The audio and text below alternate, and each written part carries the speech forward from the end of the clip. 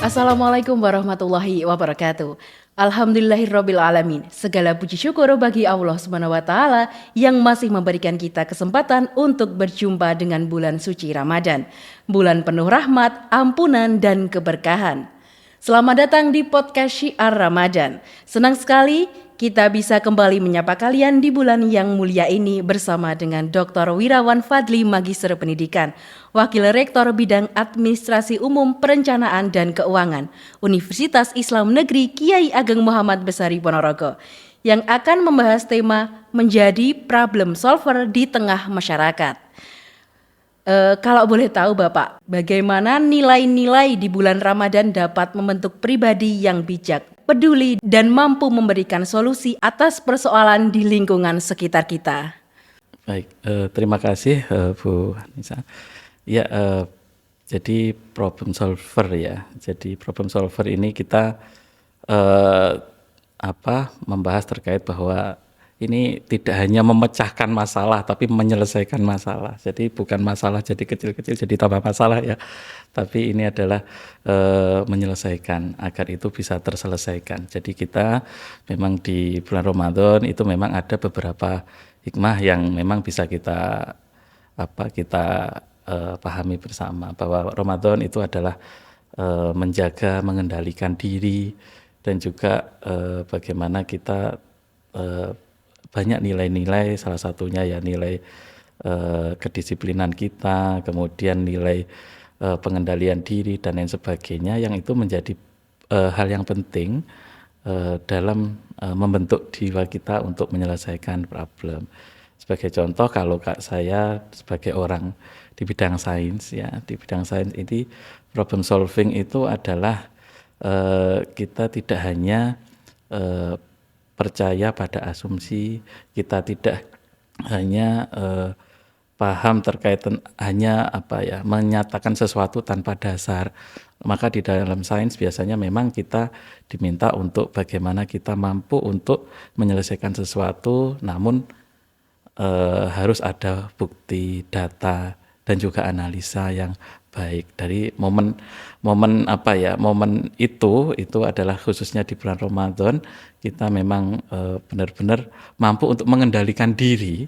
Bagaimana kita melakukan sesuatu itu tidak hanya sekedar keinginan semata, tapi semuanya itu harus dikendalikan diri sesuai dengan bukti, fakta, dan lain sebagainya. Itu dalam perspektif sains. Kalau di dalam perspektif pendidikan, kita memang penyelesaian masalah ini menjadi sesuatu yang penting, karena kita ketika melakukan kritik atau asumsi sesuatu itu juga harus memiliki nilai solusi yang ditawarkan, sehingga ini menjadi hal yang penting di dalam semangat kita untuk menyelesaikan suatu masalah. Iya. Mungkin ada nggak Bapak teladan dari Rasulullah SAW yang bisa kita jadikan contoh dalam menyelesaikan konflik atau masalah? Iya, luar biasa. Rasulullah itu mengajarkan kita untuk tidak saling olok-mengolok. Jadi ketika kita jalan di muka bumi tidak boleh dengan congkak, dan juga tidak sombong, dan juga berkatalah sesuatu yang jujur dan yang benar. Jadi ini adalah salah satu ajaran yang dibawa oleh Rasulullah, karena Rasulullah kan turun ke bumi kan memang salah satunya untuk akhlak, untuk perubahan akhlak.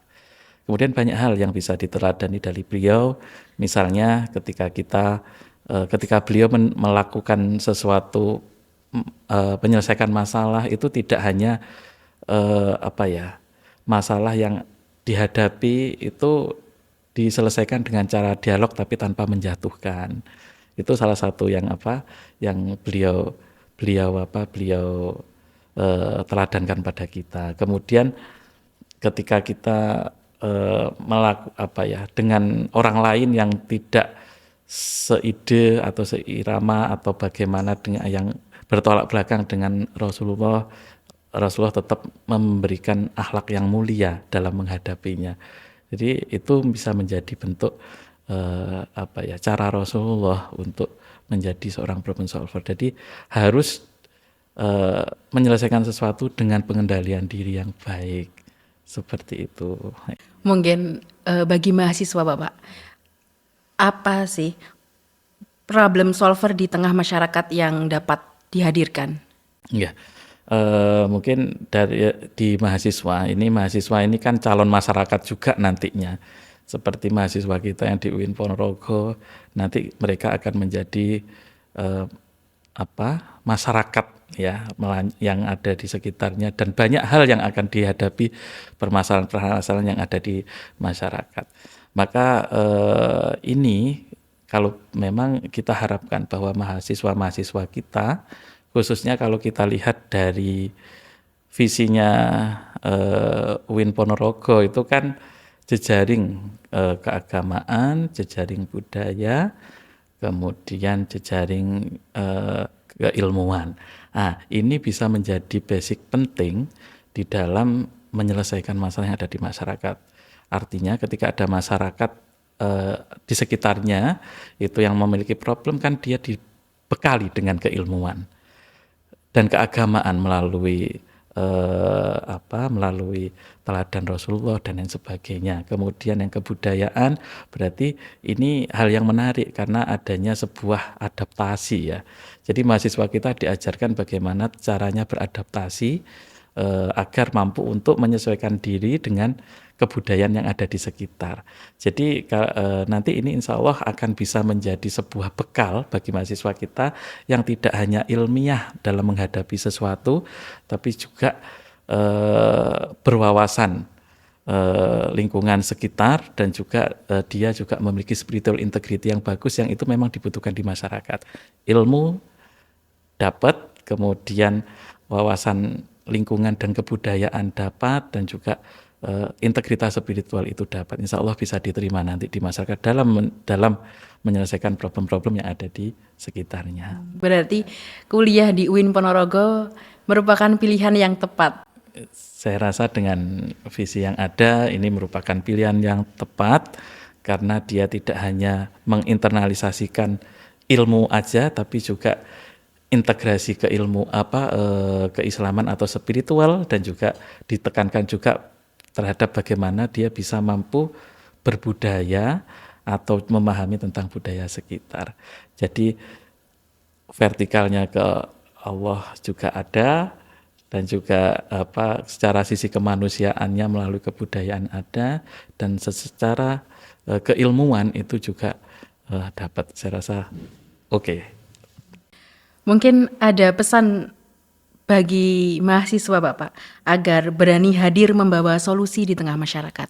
Ya, baik untuk mahasiswa bahwa kita ketika kita belajar pasti kita akan mencari ilmunya.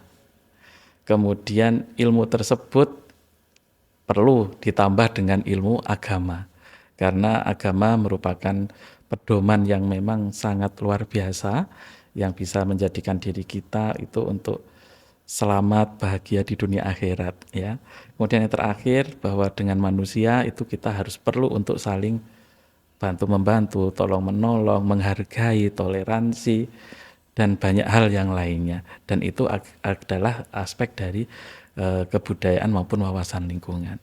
Jadi saya rasa ketika kita sudah memiliki keilmuan yang disertai keagamaan dan disertai dengan cara berbudi baik terhadap manusia atau sekelilingnya, ini menjadi sesuatu yang paket komplit. Nah, salah satunya mudah-mudahan dari UIN Ponorogo yang memiliki 3 hal tersebut bisa menjadi sebuah paket komplit untuk membekali mahasiswa kita agar sukses di dunia maupun sukses di akhirat. Amin. Ya. Terima kasih Bapak atas kesempatan ngobrol yang sangat luar biasa. Semoga obrolan kali ini bisa menginspirasi kita semua untuk menjadi pribadi yang lebih bermanfaat sesuai dengan sabda Rasulullah. Sebaik-baiknya manusia adalah yang paling bermanfaat bagi manusia lainnya. Selamat mendengarkan, semoga membawa kebaikan dan keberkahan. Wassalamualaikum warahmatullahi wabarakatuh.